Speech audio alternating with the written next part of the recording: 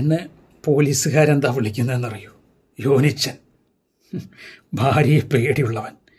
അത് പേടിയല്ല, സ്നേഹം എന്ന് പറഞ്ഞാൽ ആർക്കും മനസ്സിലാവത്തില്ല. അവൾക്ക് ഒരു കുഴപ്പമുണ്ടായിരുന്നില്ല. കല്യാണം കഴിഞ്ഞ് 1 വർഷത്തിനുള്ളിൽ അവൾ പ്രഗ്നൻ്റായി. ഡെലിവറിക്ക് 2 ദിവസം മുമ്പാണ് ഞങ്ങളുടെ കുഞ്ഞിന് ജീവനില്ലെന്ന് ഞങ്ങൾ അറിയുന്നത്.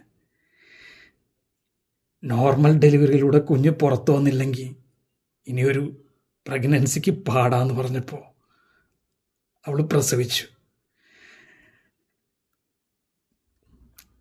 പ്രസവിച്ച് കഴിഞ്ഞ് കുഞ്ഞിന് ജീവനില്ലെന്നറിഞ്ഞപ്പോൾ അവളുടെ കയ്യിൽ നിന്ന് പോയി.